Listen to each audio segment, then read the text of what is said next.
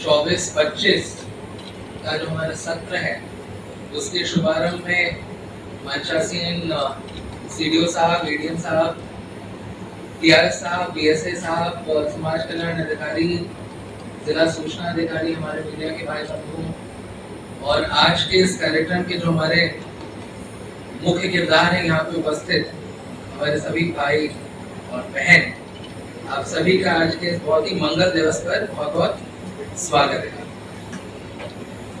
मैं चाहूंगा कि मुझे संवाद करने के लिए थोड़ा एक स्कोप और विजन मिल जाए ताकि मैं बात कर पाऊँ बच्चों से। Thank you.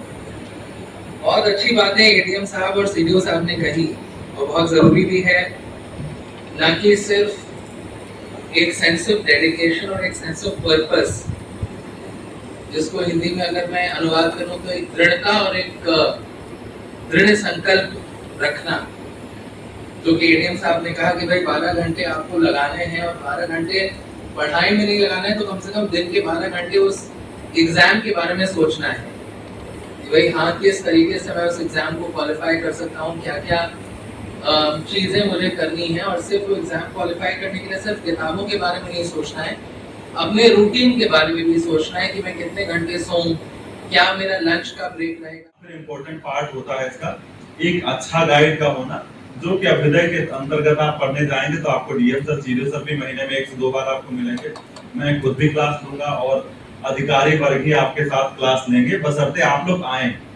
कई बार टीचर डिमोलाइज हो जाते हैं, वहां जाने के बाद केवल 10 बच्चे बैठे मिलते हैं, तो थोड़ा सा टीचर को भी अपने ऊपर ही संदेह होने लगता है, फिर वो टीचर पढ़ाना छोड़ देते हैं।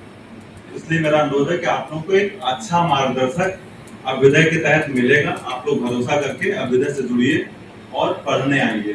उसके बाद तीसरी सबसे इम्पोर्टेंट चीज होती है आपका मटेरियल। अगर आपको पता है कि क्वेश्चंस कहाँ से आते हैं, क्वेश्चंस क्या आते हैं, क्वेश्चंस कैसे लिखने हैं, आपका काम थोड़ा सा आसान हो जाता है। कई बार क्या होता है कि हम बड़ी कोचिंग में एडमिशन लेते हैं, लेकिन कोचिंग्स ही नहीं बता पाती या फिर हमें कोई बताने वाला समय से नहीं मिल पाता है कि क्या पढ़ना है क्या नहीं पढ़ना है।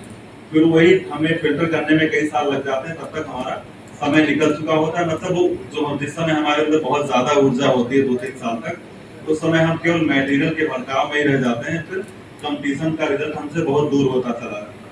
तो मैं आपको विश्वास दिलाता हूँ कि आपको मुख्यमंत्री जी ने जो ये योजना आरंभ की है, इसका जो मटेरियल डिसाइड करने का, कंटेंट डिसाइड करने का जो पैनल बनाया गया, वो बहुत सीनियर लेवल के अधिकारी हैं। अच्छी बुक्स सजेस्ट की जाती हैं और यहाँ लाइब्रेरी के माध्यम से बुक्स को अवेलेबल भी रहेंगी।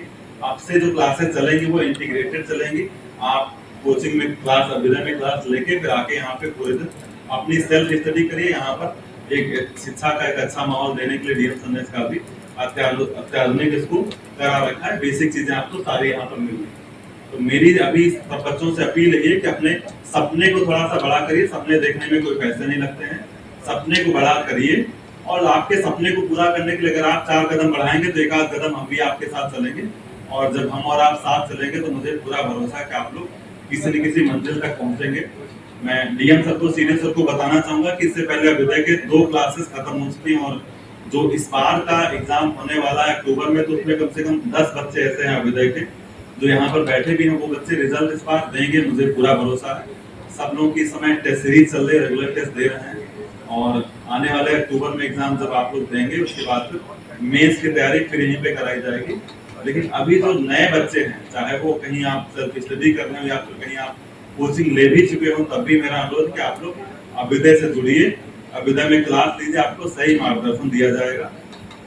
परम आदरणीय मुख्य विकास अधिकारी महोदय से कृपया हम लोगों के बीच 2 शब्द उद्बोधन एवं मार्गदर्शन के रूप में रखने का कष्ट करें। आज अभ्युदय योजना का ये जो शुभारंभ है, उसके मौके पर उपस्थित आदरणीय जिलाधिकारी महोदय, अपर जिलाधिकारी, क्लासरूम स्टडी ज्यादा होती थी, तो मैं आपसे वही 2-4 चीजें ही दोबारा से रिपीट करूंगा। हो सकता है कई बार आपने सुनी भी हो, लेकिन मेरा आपसे यही कहना होगा कि सबसे